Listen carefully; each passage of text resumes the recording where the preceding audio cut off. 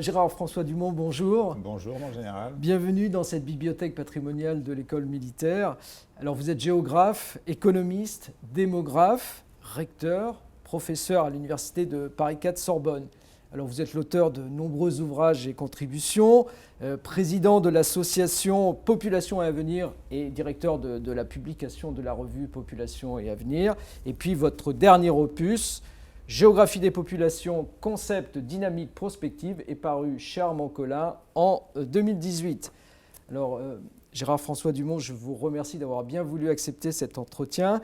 Pour revenir sur divers articles de réflexion stratégique mis en ligne sur Géostratégia et qui abordent à la fois les dimensions prospectives, géopolitiques et stratégiques de la démographie, et ensemble aller plus loin. Donc en s'appuyant sur ces articles que je cite, la démographie, un outil remarquable pour la prospective, et géopolitique et diversité des ethnies. Alors, nous pourrions commencer ce tour d'horizon des implications stratégiques de la démographie par un premier point de nature, je dirais, épistémologique. Alors, la prospective, éclairer l'action d'aujourd'hui à la lumière de futurs possibles pour lever, autant que faire se peut, le brouillard, les incertitudes, est au cœur de l'activité de la réflexion stratégique. Et la démographie, qui examine les dynamiques de population, présente au plan scientifique des avantages spécifiques pour l'analyse prospective. Alors, de par une longue unité d'œuvre et puis de par une logique de longue durée. Alors, est-ce que vous pourriez nous décrire et illustrer ces avantages de la démographie, mais également peut-être souligner certaines limites ? Mon général, merci de votre accueil et merci de commencer en me posant deux questions essentielles. Effectivement, la science de la population a une particularité par rapport aux autres disciplines scientifiques, c'est d'abord une très longue unité d'œuvre. Tout simplement parce que la distance en nombre d'années entre deux générations, c'est le nombre d'années entre la mère et son enfant, en quelque sorte, c'est une vingtaine d'années ou 25 ans. Et donc, pour pouvoir étudier les questions démographiques, il faut nécessairement avoir une période significative.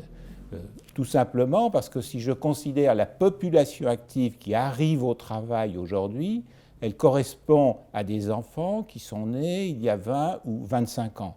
Et dans l'histoire récente d'ailleurs de la France, on se rappelle très bien que lors de la guerre d'Algérie, en 1956, donc, le gouvernement avait porté à 27 mois le service militaire. Alors, bien entendu, c'était à cause de la guerre d'Algérie. Mais il l'avait porté à 27 mois parce que les générations étaient insuffisamment nombreuses pour satisfaire les besoins que souhaitait le gouvernement. Et pourquoi les générations qui avaient une vingtaine d'années, donc en 1956, étaient peu nombreuses ?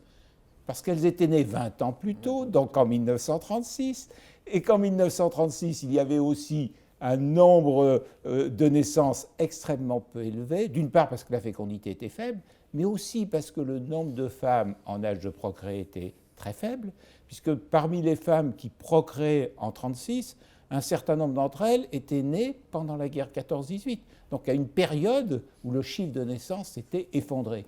Donc vous voyez bien comment s'enchaînent ces périodes élémentaires d'analyse qui sont absolument fondamentales, et c'est la raison pour laquelle les naissances d'aujourd'hui préparent le monde tel qu'il sera dans 20 ans ou dans 30 ans. Donc effectivement, cette longue unité d'œuvre, c'est le fait qu'une population à un moment donné engendre des effets sur une très longue durée, surtout aujourd'hui, où l'espérance de vie peut, dans certains pays, dépasser 80 ans. Donc il faut pratiquement un siècle pour renouveler une population.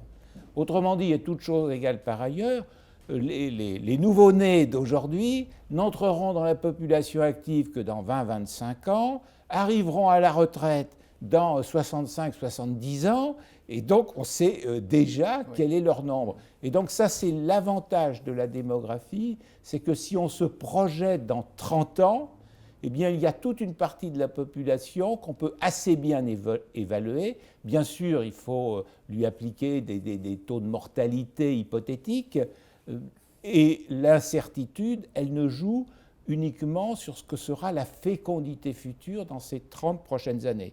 Et par exemple, le cas de la France en matière de réforme de retraite est bien connu. Quand la France a abaissé sa retraite à 60 ans, ça ne coûtait rien, puisqu'en 1980 et 82, le nombre de nouveaux retraités était en diminution en raison de l'histoire démographique de la France. Mais on savait déjà très bien que ça allait poser des problèmes dans le futur. Donc, nous sommes dans ces logiques qui sont très différentes de, par exemple, la science politique. En science politique, l'unité d'œuvre, c'est la durée de mandat. Donc, c'est 5 ans pour un président, 6 ans pour un conseil municipal en France, 4 ans aux États-Unis, etc. Bien, écoutez, alors, avec ces premiers éléments des fondations de la démographie comme science de la population, je crois qu'on peut maintenant essayer d'aborder donc les interactions entre cette démographie et la géopolitique. Et je vous propose de nous intéresser dans un premier temps à la scène internationale, et plus précisément alors à la nécessité pour un acteur stratégique, pour un État, on va dire, à adapter sa stratégie à ces réalités démographiques. Alors, vous distinguez les pays peu peuplés de ceux qui disposent au contraire d'une forte population, mais vous incitez toutefois à ne pas réduire la démographie au nombre d'habitants. Et puis vous avez également étudié le phénomène diasporique et son rôle de levier géopolitique, je dirais à la fois pour le pays d'origine, mais également peut-être pour le pays d'accueil.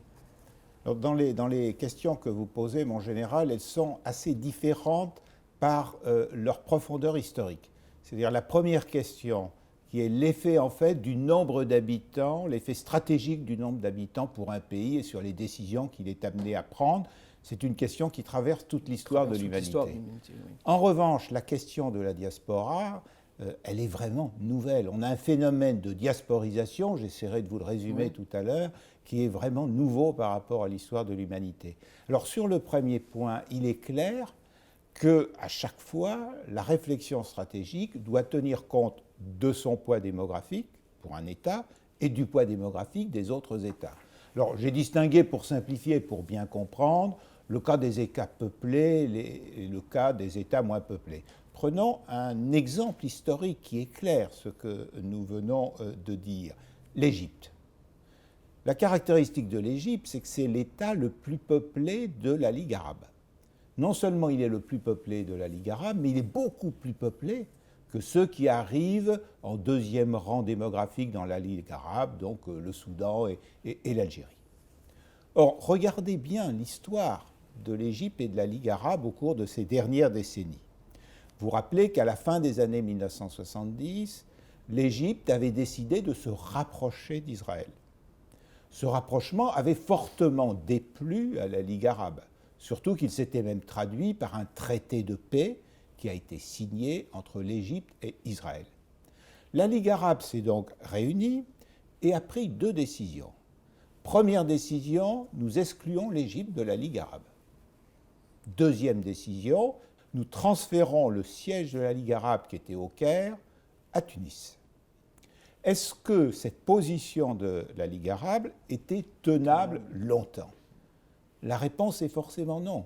Pourquoi ? Parce que l'Égypte représente à peu près le tiers de la population de la Ligue arabe, donc est une organisation qui est censée représenter les Arabes et avoir exclu le tiers de sa population, ça vous engendre une perte de légitimité absolument considérable. Et donc, nous avons vu progressivement certains pays de la Ligue arabe renouer des relations diplomatiques avec l'Égypte.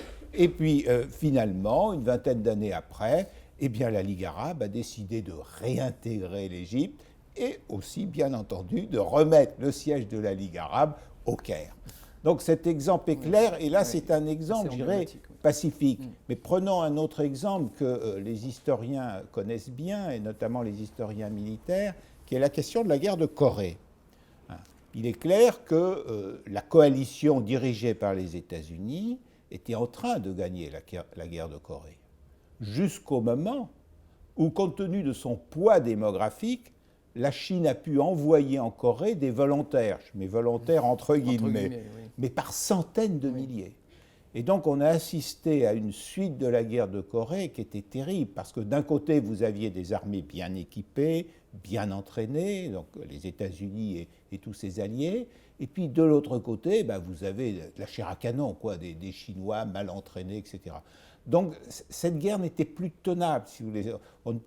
L'état d'esprit des Américains à ce moment-là, ça a été de dire on ne peut pas faire la guerre avec des gens qui ne sont pas des militaires. Et la Chine avait les moyens de continuer à envoyer des centaines de milliers de soi-disant volontaires. Et donc, ce qui est intéressant, c'est que les négociations ont débouché, comme vous le savez, notamment sur la division de la Corée en deux, mais la coalition a même accepté que la ligne de démarcation entre la Corée du Nord et la Corée du Sud soit au sud des territoires qui avaient été conquis par la coalition. Et c'est ce qui a été terrible d'ailleurs dans la guerre de Corée, puisque vous savez qu'il y a à peu près 2 millions de Coréens du Nord qui ont essayé de fuir vers le sud en accompagnant le départ des troupes de la coalition, et malheureusement beaucoup sont morts au moment de ce transfert de population. Donc les États-Unis ont été obligés de tenir compte du poids démographique de la Chine.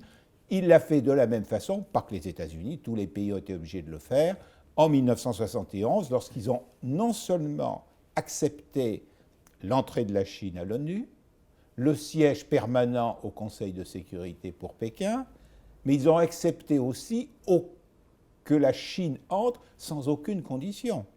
On n'a jamais demandé à la Chine de respecter le moindre article de la charte de l'ONU.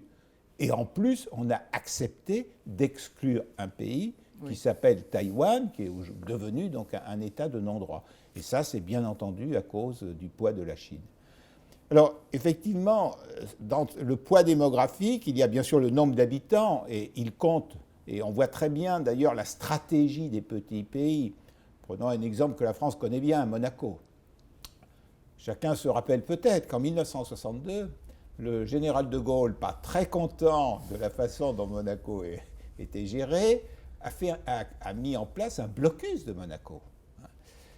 Et a contraint Monaco à accepter qu'un certain nombre des ministres de Monaco soient nommés par la France, enfin, quasiment nommés par la France, on va dire.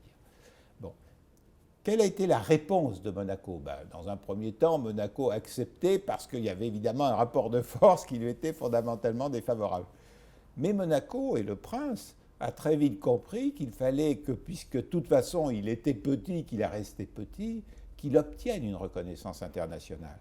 Et tout le travail de Monaco a été d'obtenir son adhésion au Conseil de l'Europe, son adhésion à l'Organisation des Nations Unies, et donc une reconnaissance internationale qui fait qu'aujourd'hui, eh bien, ce ne serait plus possible pour la France de faire un blocus de Monaco, ou du moins, si la France faisait un blocus de Monaco aujourd'hui, elle aurait aussitôt une condamnation de l'Organisation des Nations Unies. Voilà. Bon, on pourrait citer le cas d'Andorre, enfin, il y a beaucoup d'exemples semblables. Mais je ne voudrais pas oublier que vous m'avez posé aussi la question des diasporas. Ça, c'est un élément absolument essentiel parce que c'est un phénomène nouveau. Très nouveau. Bien sûr, historiquement, il y a eu la diaspora juive, qui était la seule qui avait un sentiment diasporique. Je rappelle d'ailleurs que dans les dictionnaires, jusque dans les années 70, le mot diaspora, c'était une majuscule, c'était utilisé avec une majuscule au singulier et n'évoquait que la diaspora juive. Voilà. Pourquoi ? Parce que c'est la seule diaspora qui conservait, par ses coutumes, par ses rites religieux, le souvenir du pays d'origine et des façons de vivre, je dirais, dans le pays d'origine. En revanche, les autres migrants ne pouvaient pas être en diaspora, parce que les technologies de transport et de communication de l'époque ne le permettaient pas. Donc quand vous pensez qu'aujourd'hui, il y a plus de personnes aux États-Unis qui considèrent que leurs ancêtres habitaient en Allemagne que ceux qui considèrent qu'ils habitaient au Royaume-Uni. Oui. Bon. Mais ils ne sont pas capables d'aller plus loin, parce que quand ils ont migré, essentiellement au XIXe siècle pour les Allemands, ils ne pouvaient plus conserver des relations régulières avec leurs familles ou leurs amis.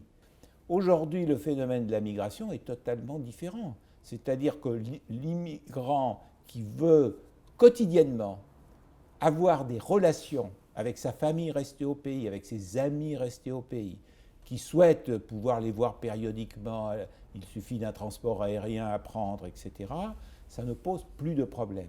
Et donc nous avons de plus en plus d'immigrants qui ont un sentiment de biterritorialité, c'est-à-dire qui ont à la fois un attachement à leur pays de résidence, mais aussi un attachement à leur pays d'origine. Et ceci a inévitablement des conséquences stratégiques, alors qui peuvent être extrêmement variables.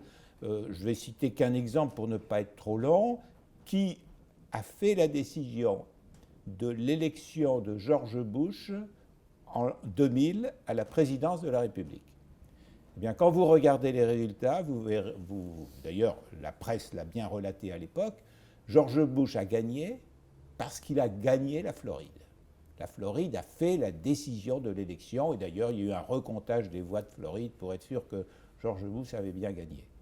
Or, ce qui a permis à George Bush de gagner en Floride, c'est en fait la diaspora cubaine qui votait à cette époque-là majoritairement républicain parce qu'elle considérait que les républicains savaient mieux conserver, disons, des relations conflictuelles avec le Cuba de Fidel Castro que les démocrates qui étaient plus généreux. Mais écoutez, alors, puisque nous avons abordé cette problématique de la diaspora, ça nous incite finalement à nous intéresser à l'impact de la démographie sur la géopolitique interne donc des États. Hein. Et comme vous l'avez dit, on voit bien que les États aujourd'hui sont rarement unitaires, qu'ils comptent donc des groupes humains minoritaires en leur sein, mais donc entendus comme un ensemble d'individus qui habitent ce territoire depuis assez longtemps et qui présentent donc une spécificité durable, hein, qu'elle soit liée à l'ethnie, à la religion, à la langue, à l'histoire. Et vous nous expliquez dans un article récent que finalement deux attitudes génériques géopolitiques sont le plus souvent mises en œuvre ou adoptées par les pouvoirs politiques en place. Alors une attitude d'ostracisme plus ou moins aiguë ou une attitude d'inclusion plus ou moins poussée. Alors peut-être que vous pourriez nous développer, illustrer donc l'influence de la démographie sur ces attitudes géopolitiques. On pourrait parler de l'Égypte, qui était le premier exemple que vous aviez cité tout à l'heure.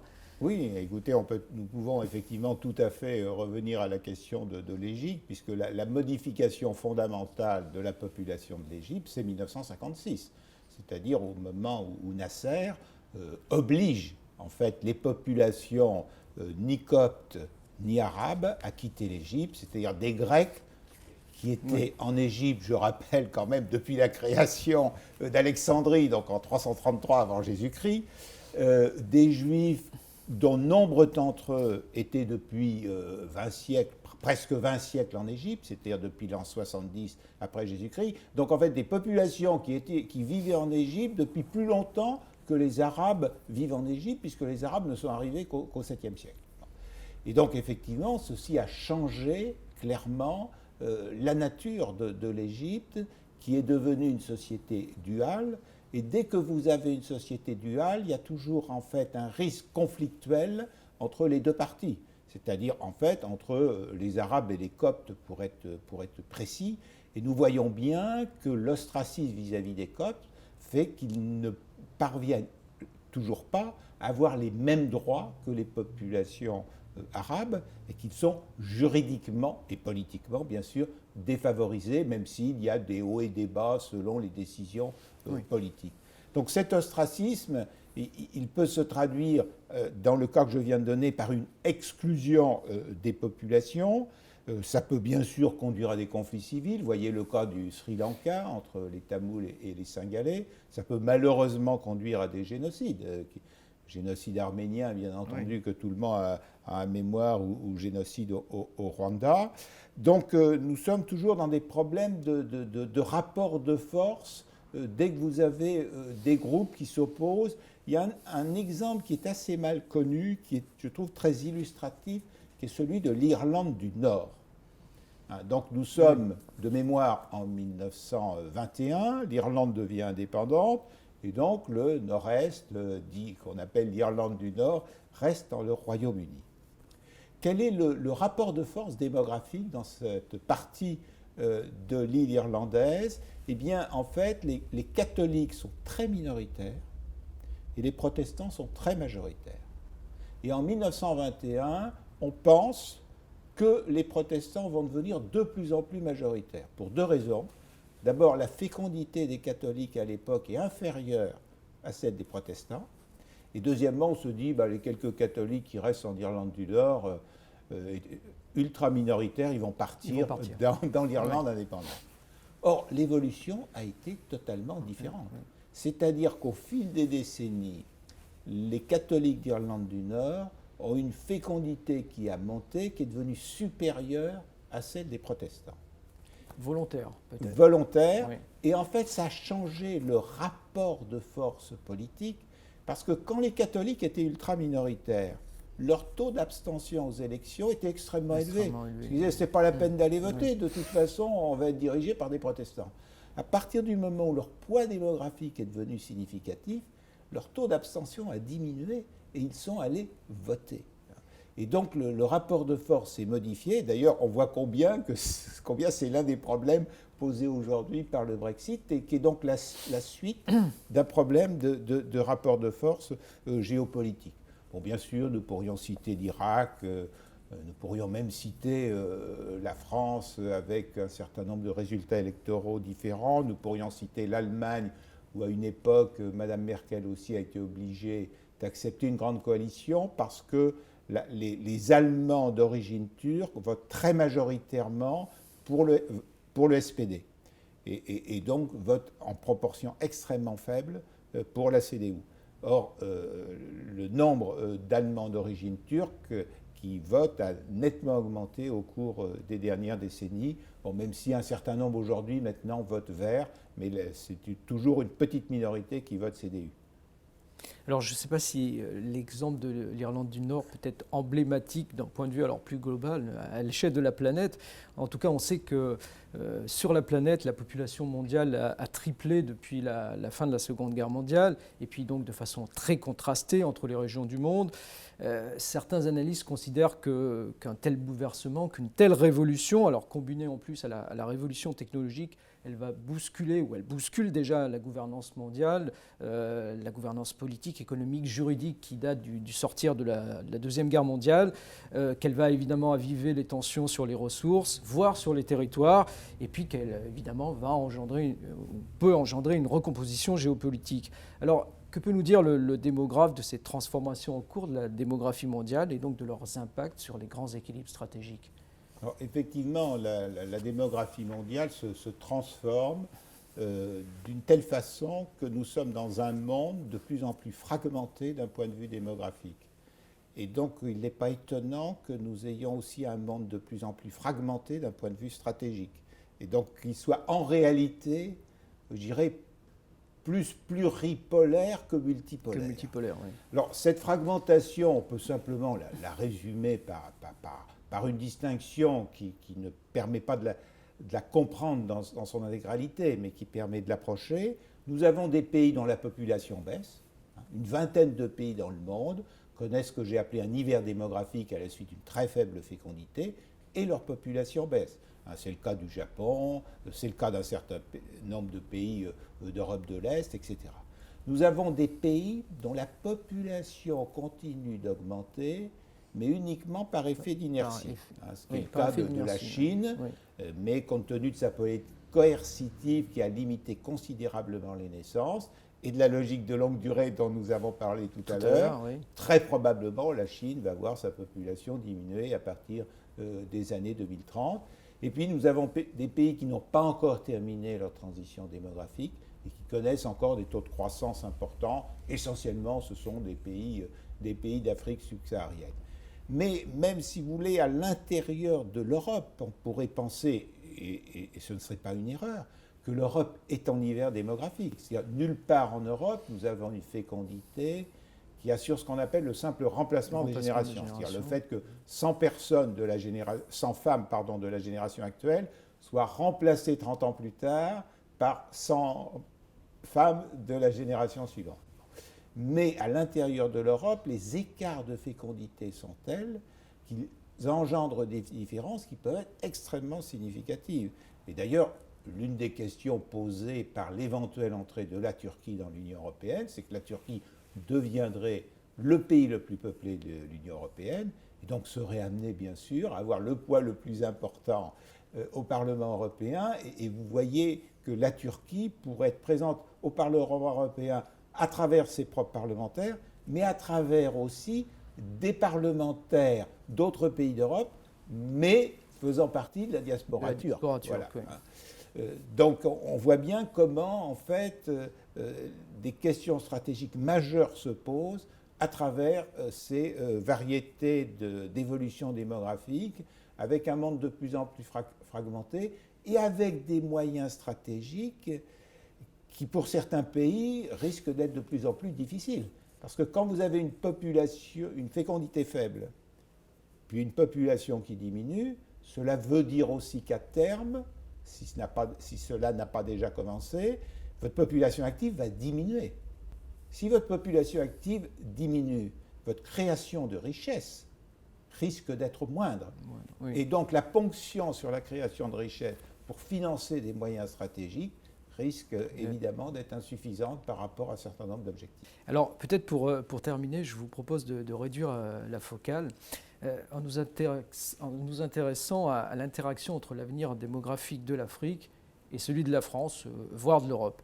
Alors on sait qu'au sortir des indépendances, l'Europe et l'Afrique étaient sensiblement d'un même poids démographique. Aujourd'hui, on peut dire que l'Afrique est 2 fois plus peuplée que l'Europe. Demain, c'est-à-dire en 2050, le rapport serait de 1 à 4, et après-demain, à la fin du siècle, peut-être de 1 à 7. Et cela sur fond de réchauffement climatique. Alors, ces interactions entre les trajectoires démographiques et leurs conséquences, de part et d'autre de la Méditerranée, font l'objet d'études et de controverses. On peut citer celle entre Stephen Smith et François Héran sur les migrations subsahariennes futures en Europe. Alors, plusieurs questions. Y a-t-il une spécificité démographique africaine ?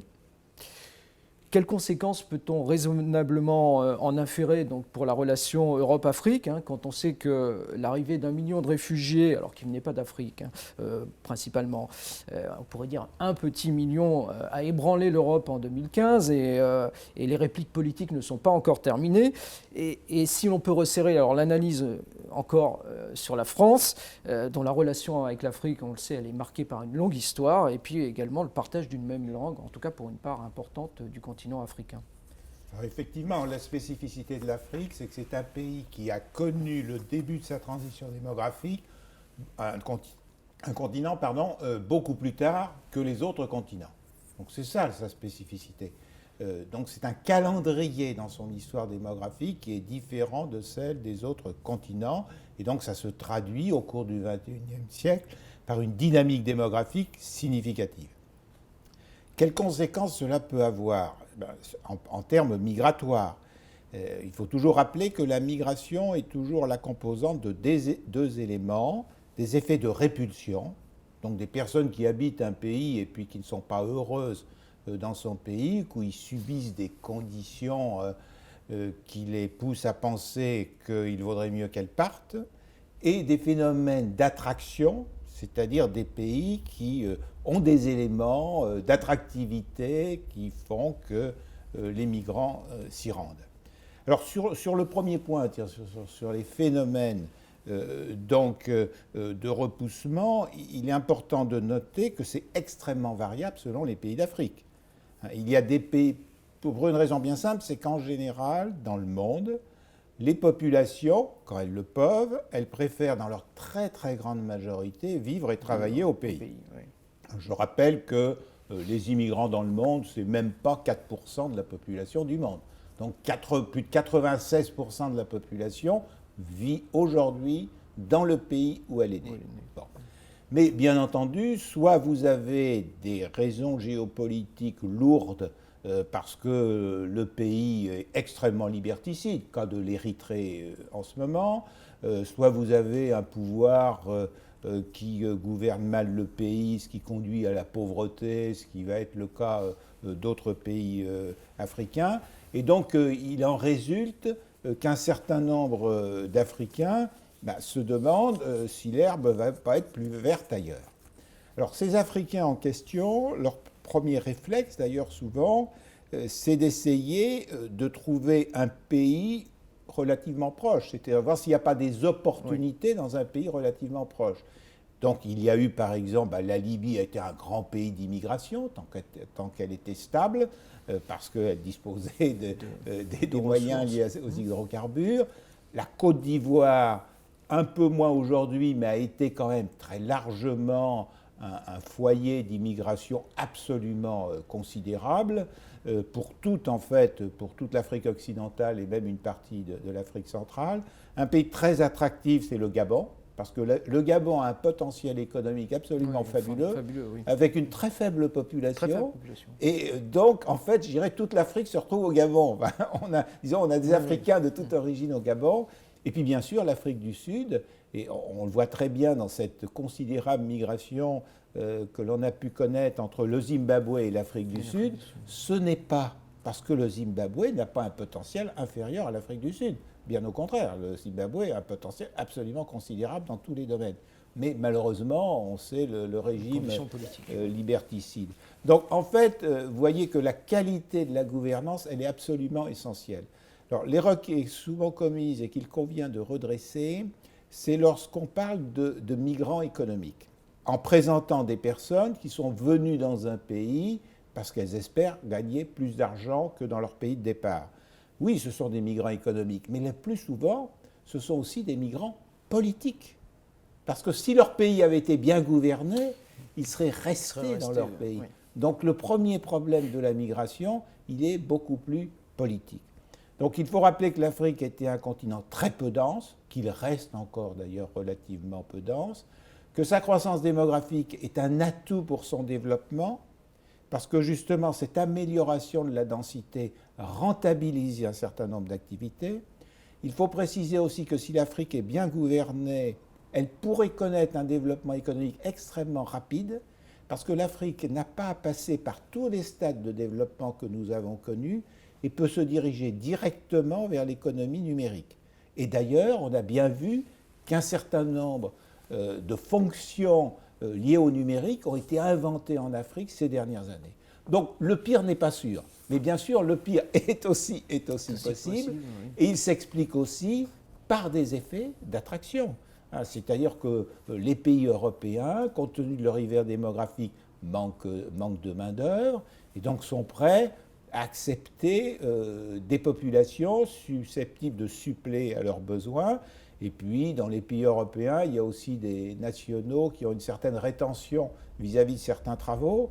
Et donc, cela peut représenter un avantage. Et puis, il faut toujours rappeler que l'immigrant d'un pays pauvre, qui ne gagne que le salaire minimum dans un pays riche, on va le considérer dans un pays riche comme faisant partie des pauvres, puisqu'il a le salaire le plus bas. Mais en fait, les 15 ou 20% de son salaire qu'il envoie à sa famille restée au pays d'origine représentent là-bas un pouvoir d'achat considérable. Gérard-François Dumont, nous arrivons au terme de cet entretien et je voudrais vous remercier pour le temps que vous avez bien voulu nous accorder, vous remercier pour les éclairages que vous avez bien voulu nous donner sur les dimensions prospectives, géopolitiques et stratégiques de la démographie. Merci Gérard-François Dumont. Merci de votre accueil. Je vous en prie.